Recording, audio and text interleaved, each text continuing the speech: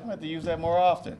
Well, thank you, everybody, for joining us today. It's a very special day in the life of Operation Hope, the Atlanta Police Department, the Atlanta Police Department Foundation, and SunTrust, and the United States Economic Development Administration. So we're going to get the show on the road, have everybody gather. We're all family and friends, so don't be shy. Come on in. Those in the back, come on in. Save my voice. There's room on the other side. And there's room on this side, too, so feel free to come on through. Program hasn't started yet, so, yeah, give you a minute or so to make your way on through. We really appreciate it. My name is Lance Triggs. I'm the president for Hope Office of Programs. I'm very excited to be here today, all the way from sunny Los Angeles to sunny Atlanta. So it's great to be here and in the great city of Atlanta. We're very excited about our partnership with the Atlanta Police Department and the Foundation, SunTrust, and the Economic Development Administration. It's a very unique partnership that allows us to serve the law enforcement community here at headquarters, as well as potentially precincts around the city of Atlanta. So we think it's a great opportunity for us, and it's a great addition to the great work that Operation Hope has been doing for over 23 years. So again, thank you very much for taking time out of your busy day, joining us in this ribbon-cutting ceremony. So let's go ahead and get the show on the road. Without further ado, we'd like to introduce Dan Gordon. Dan Gordon is the City of Atlanta's Chief Operating Officer, and he will be providing opening remarks on behalf of Mayor Reed. Dan? Good afternoon, everyone. This is such a great group. We've got, of course, the best-looking police force in the world right here. But I also want to thank all those at SunTrust, the amazing work you do, John. I mean, I saw President Clinton speak, and I saw the Chairman of the Federal Reserve speak before that. I mean, the work you do is just remarkable. And it didn't take long for the administration, when Chief Turner presented this idea to our offices, to think about what a wonderful way this was to give back in a different way, to help the financial support to our incredible men and women that serve us so bravely every day. It's amazing how in school some of the most important things aren't taught. Who really taught you what credit card debt can do to your family? Who really taught you how to possibly go to college? I mean, when we're out in the APS, people aren't experiencing, technical school and college is really a way to make an extra $1 million over a lifetime if you have those degrees. Those are the actual stats. But these types of things that some folks may not have been taught, that seem basic to some and incredibly complicated to others, are things that we want to make sure everyone has the opportunity to have, and we're so proud to make this investment. But I do want to recognize Chief Turner as a very responsible leader for helping to bring this to the city, because he was really advocating for this for the people, and we were so honored to support you with this, Chief, and your leadership. The last thing I just wanted to say is that there's a lot of men and women that are not in this room that will benefit tremendously from this program. So if I could ask you all to be the leaders that Chief Turner was for you, and make sure that this ripples to be something to take advantage of for the entire police force, I would really appreciate that, because the more that I, in any way, can make your careers better, the more I'm doing the job I signed up to do. So thank you so much, and we'll keep the program going. Thank you, Dan, very much, and give our regards to the mayor. He's been a great supporter of our work for a number of years, so thank you so much. At this time, I want to have a very special person to our new Operation Hope family, the great Chief Turner for the Atlanta Police Department. I was sharing with the chief earlier that this opportunity is also personal for me, because my father, being a former law enforcement officer with LAPD, don't hate, and LAPD from 1945 to 1968 with the great Mayor Bradley. So the opportunity to see this opportunity to come full circle, working in partnership with you and your law enforcement team, is personally satisfying and gratifying. So without further ado, Chief Turner. Great, thank you. Thank you, guys. I tell you, this was really came out of a opportunity in talking with John, and just through conversations. And I want to first of all thank him for his leadership, and then really just kind of acknowledge what a partnership can do. SunTrust have been amazing with this partnership, and of course the United States government and funding this opportunity. But it really is about partnership and how we can strengthen the men and women that do the job every day, that go out on the streets and put their life on the line, how we can provide a leg up for some of those officers. I'll tell one quick story. And we do have to get this information out. We've got a number of command staff members here. Would you raise your hand? We've had a number of command staff members here today, but they are not, I hope, the biggest challenge that we have. Our biggest challenge is some of the officers that are out on the street struggling every day to make bills, to become part of be included in this financial whirlwind that we're going through right now in the city of Atlanta and throughout our nation. John will talk, I'm sure, really about the working poor. And unfortunately, when you have conversation with a lot of our police officers, they are exactly that, some of the working poor. They're struggling to pay their bills. They've made horrible decisions concerning their finances. And this is an opportunity for us to help them make better decisions. It comes down to some of the men and women that greeted you when you came into this building, our recruits. How do we make sure that they make the right decision starting on so that they are in a good financial place? You know, the mayor's administration, Mayor Reed, has been extremely supportive of public safety, working to try to provide additional living wage for police officers. But if we're making bad decisions, it doesn't matter what we make.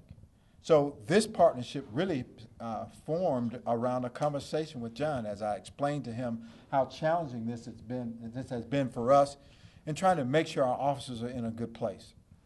And we began having a dialogue on how Hope Inside can really come and make an impact on some of the men and women that are in our department. Personally, we know stories about officers that have filed bankruptcy and because of a financial challenge that have really just blown them out of the water as they continue to do the work and protecting and serving our citizens. See, that's financial stress that ultimately we see coming out in some bad behavior. We've terminated a number of officers over the last seven years because of bad decisions. They've made decisions that I'm confident if we had given them this tool to handle their finances, they wouldn't have made those decisions. So this is a great partnership so we can strengthen the men and women that have sworn to protect and serve, that we give them an opportunity to be stronger. There was a young officer that came through here earlier and said, "Chief, what's going on here?" And I said, "More, what's happening is we are trying to do everything we can to make sure that you have an opportunity to be successful in your finances." And he didn't have a clue. So commanders, you have an obligation to communicate with the individuals that are reporting up to you on how important coming down and having a conversation with the person that are working in Hope Inside. There are so many officers struggling to be able to purchase a home. I recall when I came on the department almost 35 years ago, I was fortunate enough to purchase a house about 18 months after I came on the police department. And, you know, I've got a son that's on the police department that struggles every day, every week, from paycheck to paycheck to make ends meet. What happened over the 30-year period from the time that I came on and when he came on? I was making $13,500 a year. We pay a little bit better than that now. But the point is, something has taken place in that whole dynamic that our officers cannot do the kind of things that we were able to do early on in our department. I think, Sean, you purchased a home early on when you came on the department. I think he and I probably have more time on the police department than anyone here. But my point being, something has happened. And so that's how that conversation with John and I began. What has happened over the last 30 years and how we can make an impact. And so today is really an amazing opportunity for us to really make an impact and change that story. So we can, that narrative will no longer be that officers are pressed up against the glass and can't get into be part of the financial inclusion. So I am so thankful for you, John, for the leadership that you have not just provided in this. This is a first in the series, I hope, of law enforcement headquarters around the country that will have the opportunity to help police officers and staff to be part of the financial inclusion. Detroit's already following your lead. following them. Following. And so that's what's so critical. I think John will have an opportunity to talk about us being the first Hope inside of a public safety location. And we are excited about this opportunity, and we are trailblazers. I think that when you start talking about what we're doing, I cannot go any further without talking about a great partnership with the Police Foundation. None of this could be happening without a great partnership with Dave Wilkinson and the Police Foundation and his amazing team. The Police Foundation team, would you raise your hand? I know you guys have been working very diligently to try to get this off. Thank you for, can we give them a round of applause? Our president and CEO would be here today, but he had a family situation and he couldn't be here. But clearly, he's been extremely supportive of this initiative, and the foundation will continue to work with us to try to move our police officers in a better place. From putting officers in, giving them an opportunity to live inside the city of Atlanta, giving them opportunities to go back to school on financial and scholarships, giving them the kind of support for training, and really just supporting all of the initiatives that we push forward in the Atlanta Police Department. Dan, thank you again for the leadership that you've provided since you've been here. I know that Peter Amon is your predecessor, and he's done a great job and been extremely supportive for the Atlanta Police Department. But this is a watershed moment for the Atlanta Police Department, and we shouldn't take this for granted. This is an opportunity really to change lives. And so on behalf of Mayor Reed and the administration, I say thank you to SunTrust, thank you to the United States government, John, for your partnership as we move and propel our officers to a different place. Thank you.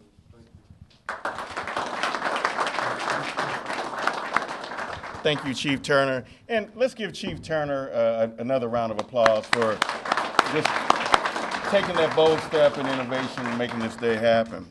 Next up, I'd like to introduce Brad Dinsmore, who's the Executive Vice President, Head of Consumer Banking with SunTrust. And SunTrust has been a long-standing partnership with Operation Hope for a number of years, and we're so grateful for that partnership, not just only here in Atlanta, but in multiple states like in Florida with our Orlando and Tampa operation, Memphis, Tennessee, as well as the District of Columbia. So we're very excited to be in partnership with SunTrust and all the team members that Brad oversees. So without further ado, Brad Dinsmore. Thank you. It's great to be here on behalf of Bill Rogers, our CEO, and the 25,000 teammates that work for SunTrust all over the country now. It's a privilege to be part of this ceremony and the celebrations. Several of our teammates are here today. Not all 25,000. We couldn't get them all up. They wanted to come. I just wanted to spend a couple of minutes and talk about why our partnership with Operation Hope and with John is so important to SunTrust. If you had a chance to see the Super Bowl this year, you heard for the first time we've ever advertised in the Super Bowl nationwide, and we announced our purpose is to lead a movement nationally, or to be part of a movement nationally to help people go from financial stress to financial confidence. And I want to tell you a little bit about why the 25,000 of us get up every day and are committed to helping get people from stress to confidence. We just feel like this is a major societal problem. As you might expect, I'm a banker, so I'll give you a couple of numbers. We talk to 1,000 people every week, and we're trying to find out what's going on with them, how are they feeling about their finances, how are they feeling about the bank. And the statistics that we've gathered, the data that we've gathered over the last year or so is pretty sobering. 3 out of 4 people are living paycheck to paycheck. But it's more than that. It's more than people are living paycheck to paycheck that are having stress. Nearly half of Americans have no idea how they're going to retire. They don't know when they can retire or even if they can retire. Less than half of small business owners know how they're going to meet their payroll over an extended period of time. These are real societal issues, and they're causing stress. In fact, we know that 80% of the people we talk to say that they don't sleep well at night, that something's going on in their lives. And these are societal issues. This stress causes divorce, it causes health problems, and it's all about people worried about their money. And these, while the stats are important and the data is important, what's really important is what the numbers represent, because behind every single one of those numbers is a name. It's my daughter's high school teacher. It's my uncle. It's my neighbor down the street. It's somebody that I work with. It's 8 out of 10 of us in this room. We don't know. We have millions of people that we deal with every day, hundreds of thousands of people that walk into our branches, and we don't know which of those 100,000 aren't sleeping well at night. But it's our job to find out and to help people, to connect them to resources, to help them if we can, to partner with others, because we've realized we can't do this alone, and that's why our partnership with Operation Hope is so important. I first met John when we both worked in Los Angeles back in the 1990s, and we've become reacquainted here in Atlanta, 20 plus years later. But what I've grown to, one of the many things I've grown to admire about him is that he doesn't like to solve small problems. He likes to solve big problems. And I would say we have that in common. We feel an obligation to be part of this movement, to lead this movement, to help solve these problems, because we don't think any other bank will. Not with the conviction and the alignment that we have from top to bottom. We're committed to this.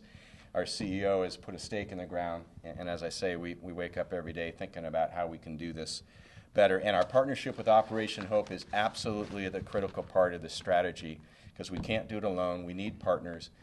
We have 6 different locations now. That's just a start, as John reminds me quite often. It's just a start, and I agree with them that 6 won't lead a movement, but it is a start, and we're going to do a lot more this year and over the years to come to partner together to help millions and millions of people. The work that Operation Hope does to help people improve their credit scores is huge, because one of the number one things that keeps Americans from being able to be part of the banking system is a credit score, unfortunately. And so the work to do to help raise by as much as 200 or more points is really, really important in this equation to removing the stress that a lot of people feel. So I hope you can, I hope through other things you've heard about SunTrust, I hope you can feel our commitment and passion to Operation Hope. We're really excited, John, to be part of this, and look forward to continued great partnership. Thank you. Thank you so much. Thank you very much, Brad. The next person I'm going to introduce is obviously as special as the previous speakers. He comes from Washington, D.C. At Operation Hope, for a long time, we talked about the importance of the three-legged stool: community, public sector, and private sector working together to address the economic wellness ills and challenges in the communities that we serve. Under his leadership, Operation Hope has been able to serve the small business community for a number of years, actually dating back to 1996. And under Assistant Secretary Williams' leadership, we're currently providing support in the small business community in 3 regions. The Atlanta region, led by the great Phil Paradise, as well as the Seattle region and the Philadelphia region. And so we're very excited about our partnership with the U.S. Economic Development Administration, because it's providing that alternative opportunity for consumers and existing business owners to live their dream of entrepreneurship and business ownership. So without further ado, we're very happy to have him here from Washington, D.C. I would like to introduce Assistant Secretary Jay Williams from the U.S. Economic Development Administration.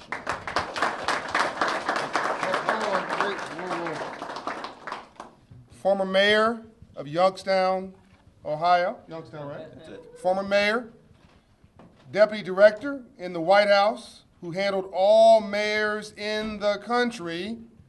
So all mayors in the country rolled up into his portfolio at the White House. The man who really greenlit a first ever partnership for us to put Hope Inside locations with match funding from the federal government across the country. Never been done before, a collaboration that partners federal dollars with banks and others to fund low-wealth neighborhoods. Most importantly, he's a father of a 5-year-old young man.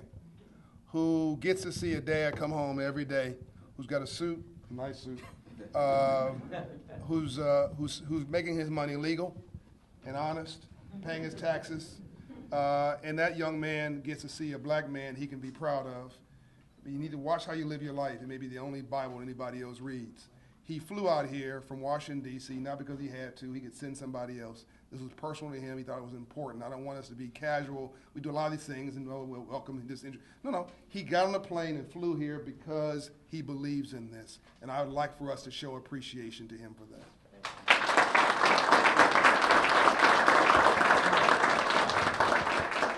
Well, good afternoon, John. Thank you for the introduction. You know, John Hope Bryant is always going to put his imprint on whatever the agenda says. So this agenda to him is just a suggestion, as you all know that. And he's going to say and do what he wants to do, which is exactly why I am here. And I'm excited to be here. And I want to just take a few minutes to touch on a couple of running themes that have already been talked about. The first one being partnership.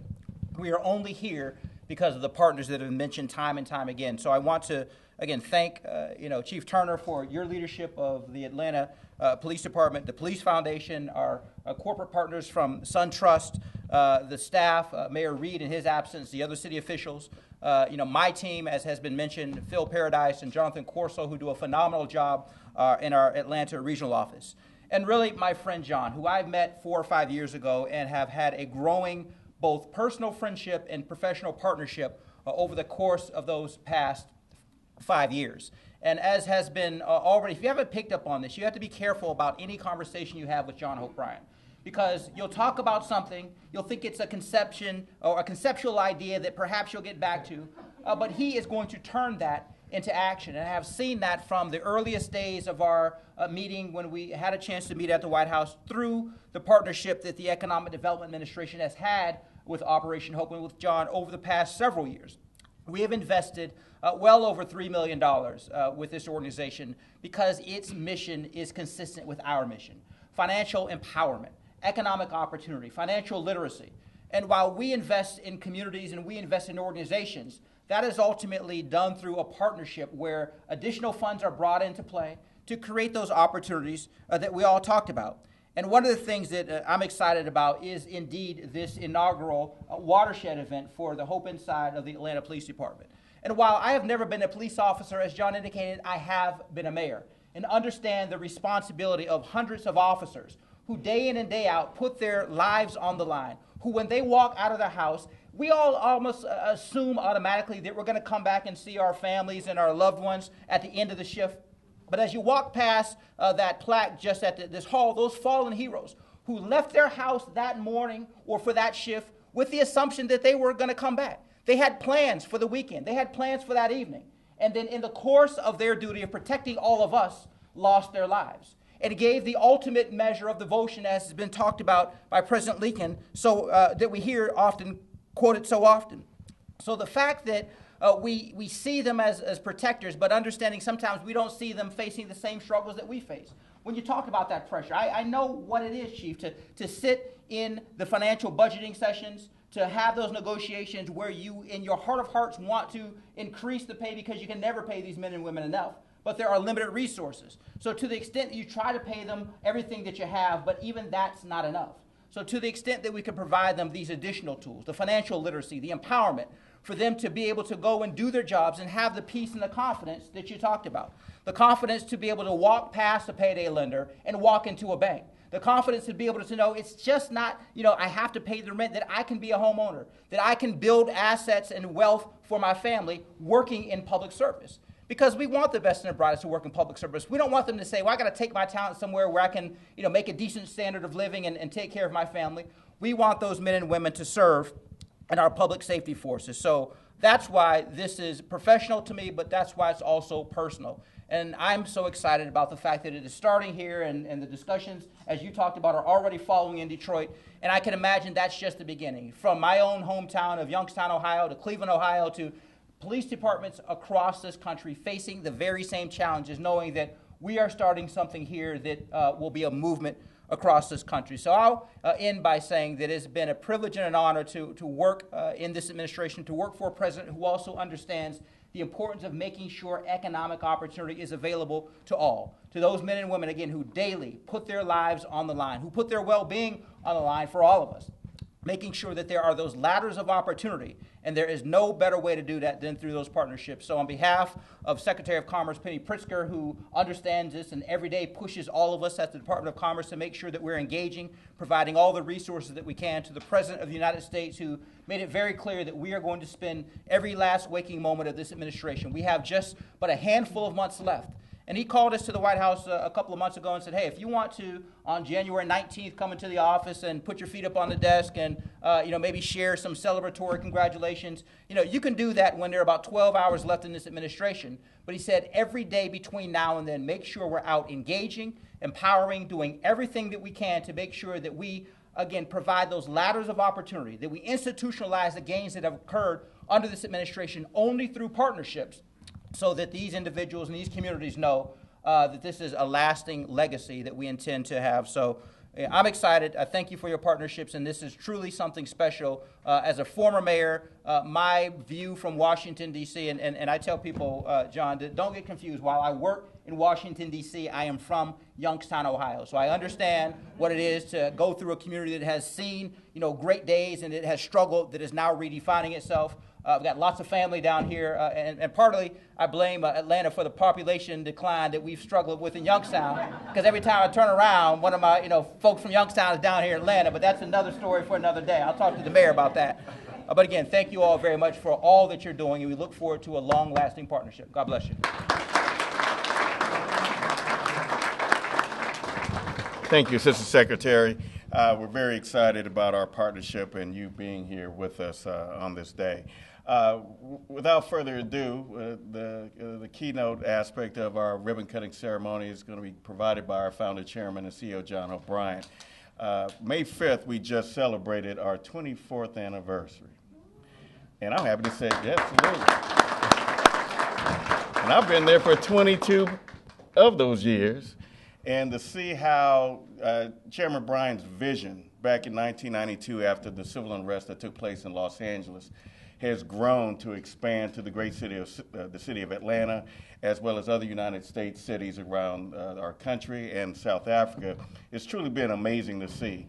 And to see our staff grow from 1 or 2 staff to over 140 employees is also amazing. And so it's because of Chairman Bryan's vision is the reason why we're here along with Chief Turner, both of them coming together, recognizing the need for this partnership and how important it is to bring these services to the law enforcement community. So without further ado, it's my honor and pleasure and privilege to introduce Founder, Chairman, and CEO, John O'Brien. Good afternoon, everybody. Isn't God good? This is a tough one for me because there's so much I want to say in such a short period of time. Dan, thank you for being here. Please tell the mayor that I send my best. I know there's something personal going on with his family. All good, by the way, but he wanted to pay some respect. So please tell him I know he'd be here if he could. I want to thank Dave Wilkinson from the Police Foundation and Bill Rogers from SunTrust Bank. I want to acknowledge also that Jay is the second African American in the history of the United States of America to hold this position. We are used to seeing people of color maybe at HHS, Health and Human Services, and wherever else the social welfare is done. But the Treasury Department, not so much. Department of Commerce, not so much. I don't want us to take this kind of stuff for granted. That's why I stopped and underscored his credentials, to let you know from whence he came. And he's the second African American in the history, and he hasn't screwed it up. It should be noted that I haven't liked everything that President Obama's done. I mean, let's just be honest about it. But he's a good man. He's an honest man. He's brought us back from the precipice, but not one scandal. How many administrations can you think of going back, 40 years? Not one scandal in 2 administrations. It's unbelievable. And he deserves credit for that. And you too. all of you have behaved in a way that is honorable and commendable. Let me see if I can wrap this up neatly. I want to say thank you to my friend, Chief Turner, who has to be the coolest looking police chief. Chief, stand up. Just stand up for a minute.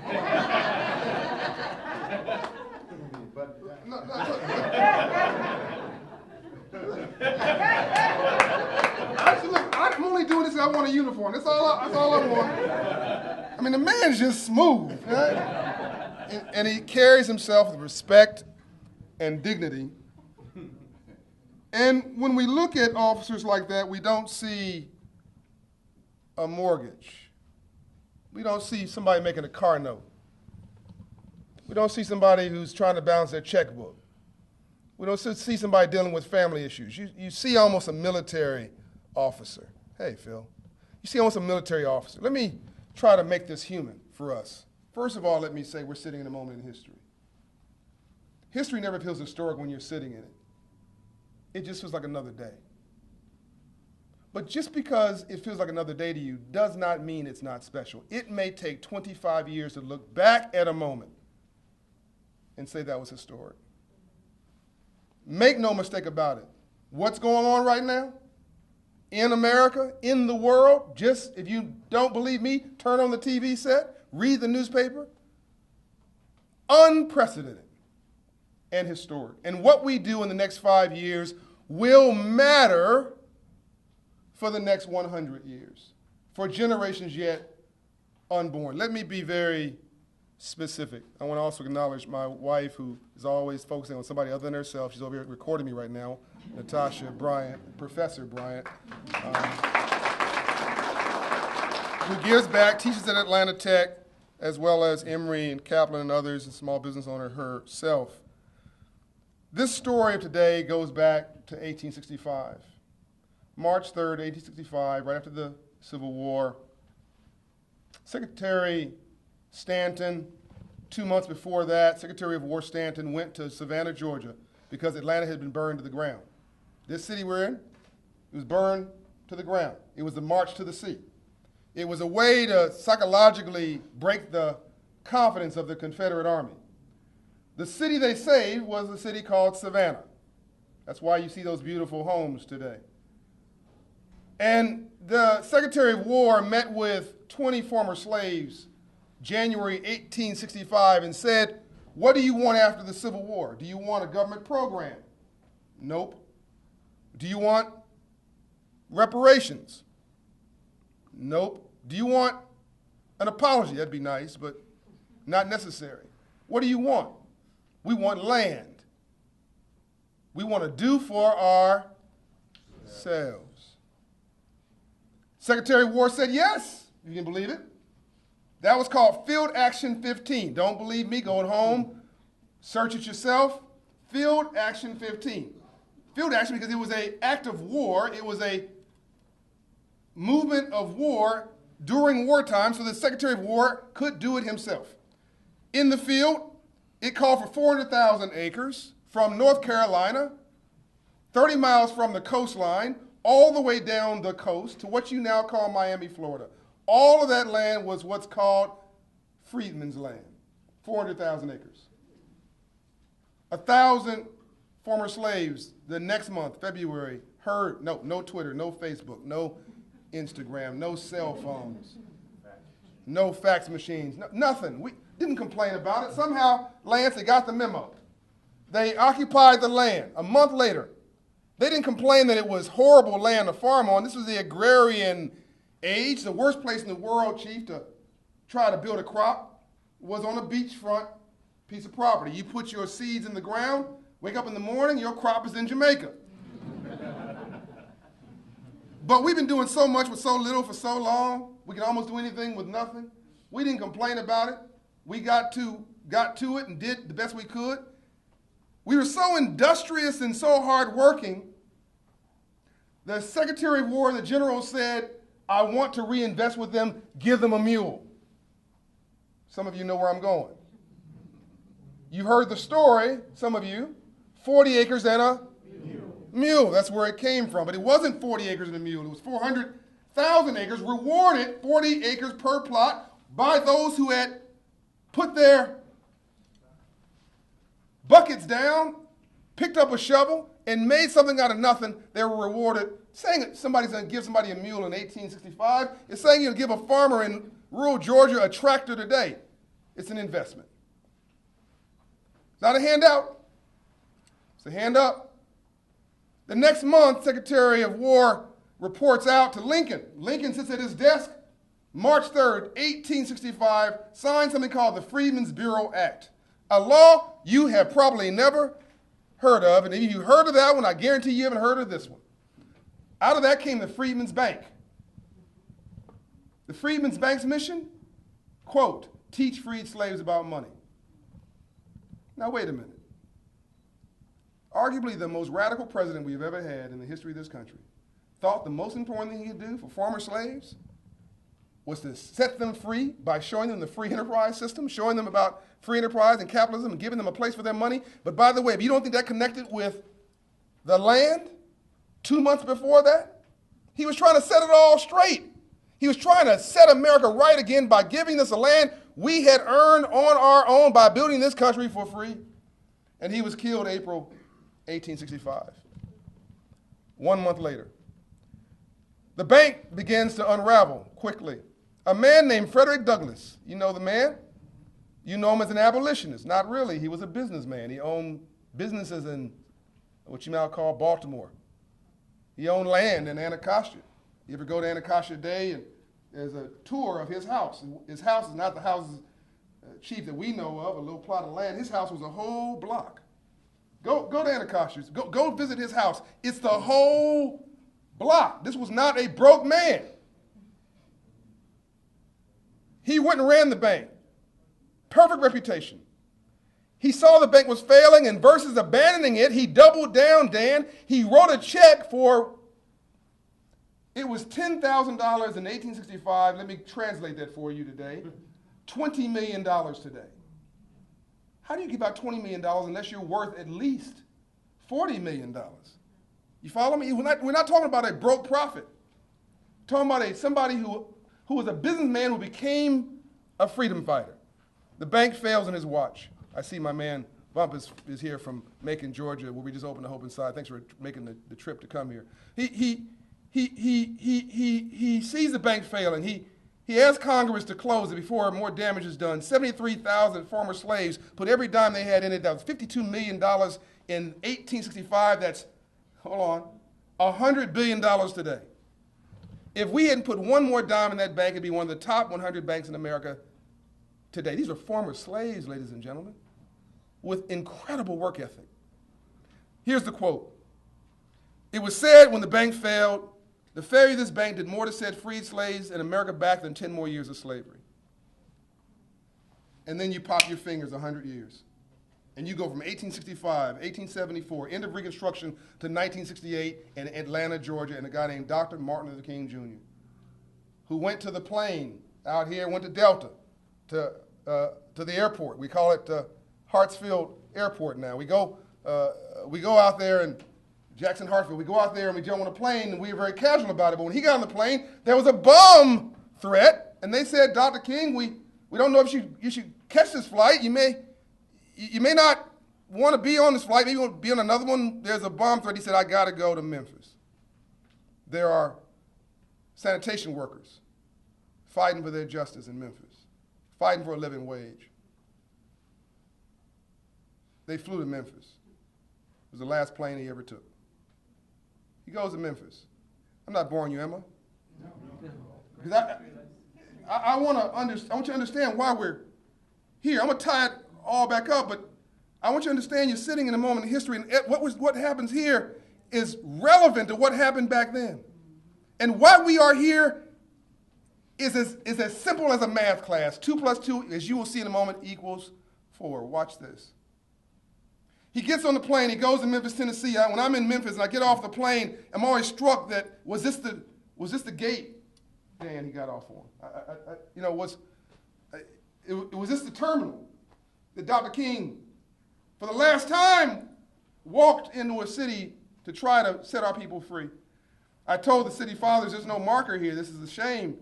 And I pushed them about this, and I'm glad to say a banker in Tennessee, First Tennessee, Brian Jordan, heard about this, went to the airport authority, got them to approve a marker acknowledging that this was the last flight for Dr. King, and then the bank agreed to fund the marker. So soon you will be a marker for Dr. King's last trip to Memphis. When Dr. King went to that hotel right before the march, and he was about to launch the Poor People's Campaign, which, by the way, was about poor whites, poor blacks, poor Latinos, Asians, Indians, and others, because there's more poor whites in America than poor anybody else. I don't know if you know that. It's more poor whites in America than poor anybody else. And he said this, Dr. King said this: you cannot legislate goodness. You cannot pass a law to force someone to respect you. The only way to social justice in a capitalist country is economics and ownership. That's a quote you don't hear very often. That was Dr. King in 1968. And then when my mentor, our global spokesman, Andrew Young, who we treat so casually as if he's just some cool dude walking the streets, we call him Andy. You know, nobody's going to Nelson Mandela calling Nelson Mandela, hey, Nell. The closest thing we have to Nelson Mandela in this country, I think in the world, is Ambassador Andrew Young, who's my play father, and I call him Ambassador Young. He was on that balcony with his friend. In that picture, you see, with him pointing, the shooter, the shot came from over there. That was the last time he saw his friend alive. He's a historical figure for us, but that was his friend. He was on that plane. He was on that last plane flight. The shooter's instructions, so says the FBI, if you kill the dreamer, kill the strategist. Sorry, if you miss the dreamer, kill the strategist, which is Andrew Young. And so why is Ambassador Young today trying to pay it forward? Why is he talking about we integrate the lunch counter but not the dollar? Why is he saying to live in a system of free enterprise and not to understand the rules of free enterprise must be the very definition of slavery? Because we have a third world country right here today. You're living in slavery today. There's nothing wrong with black people or brown people. There's nothing wrong with us. We've been doing so much with so little for so long and almost doing anything with nothing. It's what we don't know that we don't know that's killing us. But we think we know. There's nothing wrong with us except we didn't get the memo. You see, there's a memo on money. There's a memo on free enterprise. There's a memo on entrepreneurship. There's a memo on capitalism and how to get rich. And there's nothing wrong with us other than we didn't get the memo.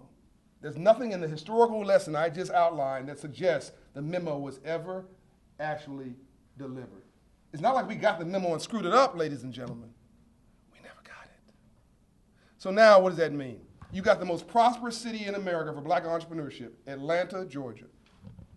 The 8th largest economy in the entire country, and thank Mayor Reed and all the others for doing that. They deserve credit for it. It's also the 5th most unbanked city in America. You have a third world country right here in Atlanta, and it deals with your ability to fight crime and keep us safe. It's called Vine City. Do you know there are credit scores in Vine City so low that they don't even measure them anymore? I'm going to say something pretty radical.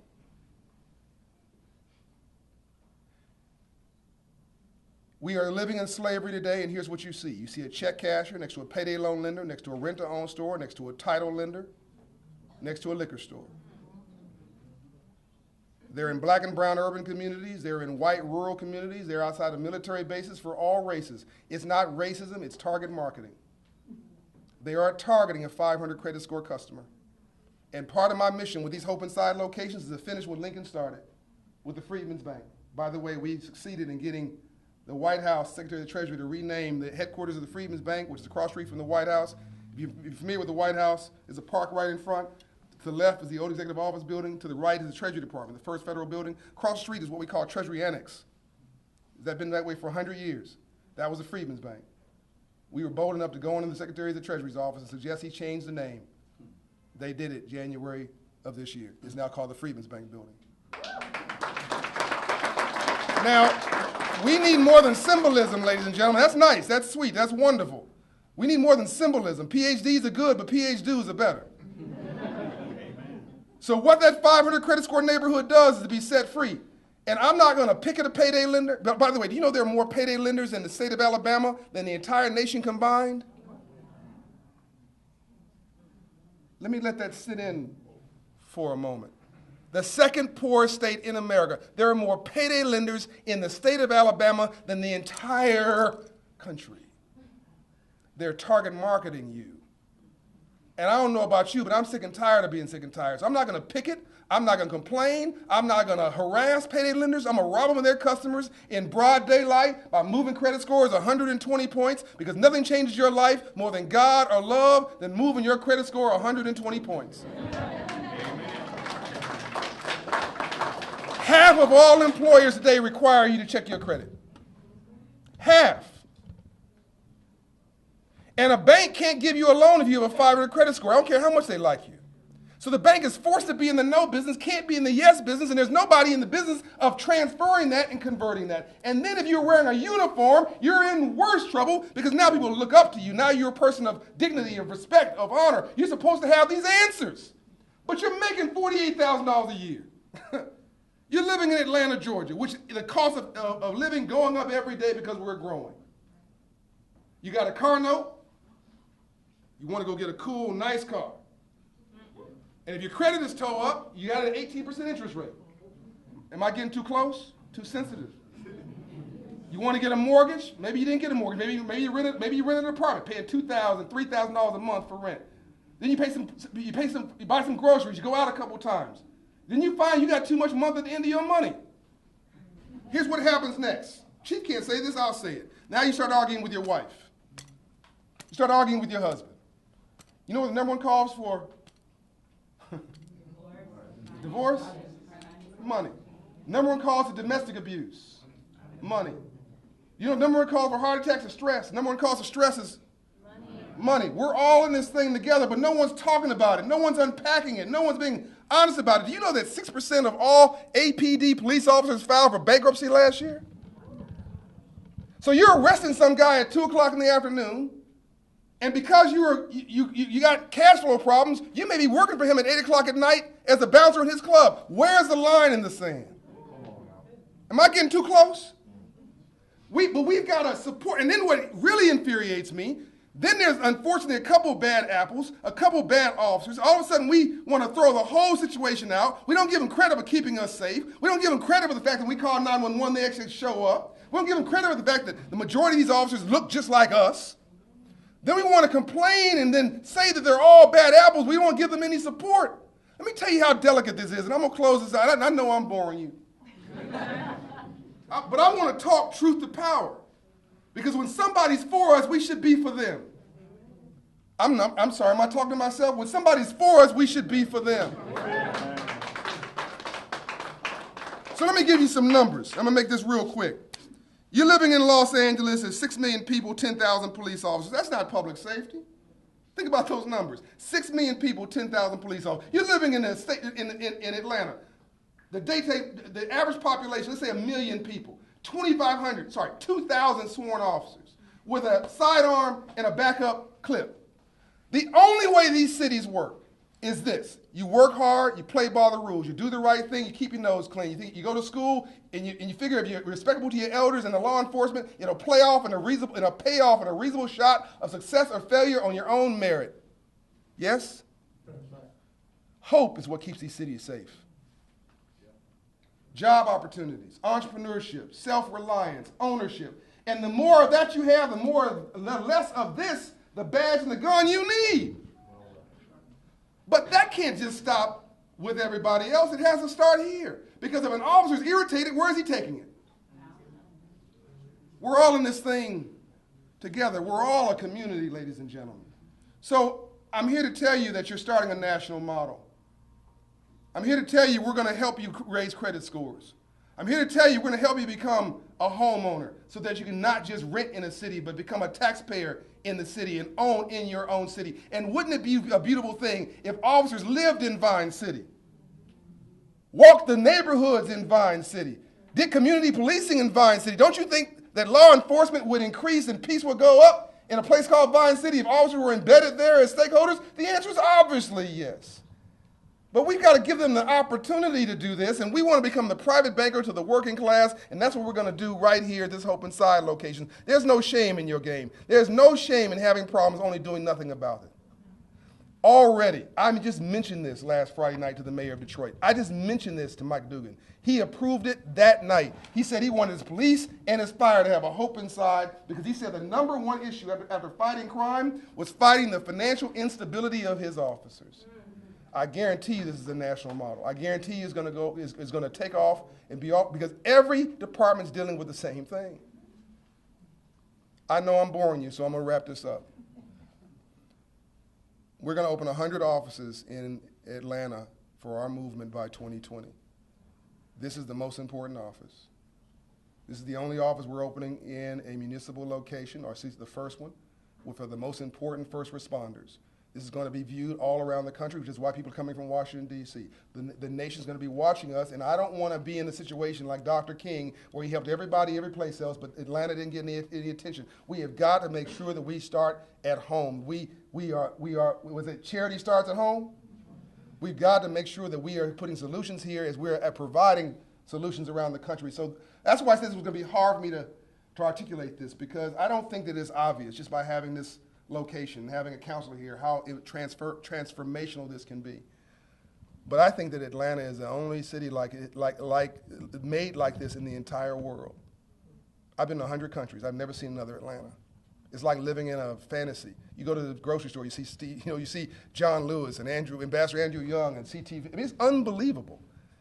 And you see a police force that looks like you, that protects you, that honors you, and these men and women who wear this badge as if they are generals in the best military service on the planet, trying to protect you from the bad guy and trying to increase hope and peace. But we need to help them, help us, help ourselves, help each other, and we need to be for each other. So I'm done, but I want to tell you that I believe in you, and this is just the beginning of us investing in them.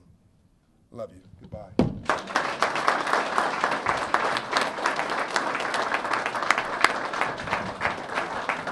Thank you, John. This podium is hot. He was on fire. Get an amen? Amen. All right. Church, what's happening now? So we're about to do the ribbon cutting ceremony. Before I do that, I want to acknowledge some very key people. I know Chief Turner did earlier, but I also want to take the opportunity to do so because this day and this ceremony would not have taken place without the help of a number of people. And so I want to acknowledge Nikki Foreman and Haley Akins. No, Nikki's to my left, and Haley, so she's probably gone. Thank you, your leadership. Appreciate you. Also want to acknowledge on the Hope side, Tara Dennis, who's our Georgia Vice President, Area Vice President to my left, and her leadership. And the rest of the Hope family. Woo woo! Thank you all for your support. So without further ado, we want to get the ribbon set up and get the photo opportunities.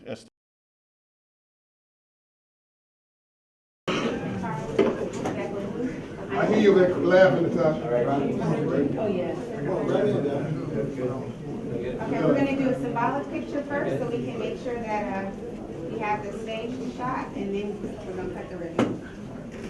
Smile on 3. 1, 2, 3. 2, 2, and 3. Got it? All right, gentlemen, on you. When you're ready to cut. 1, 2, 3. There we go.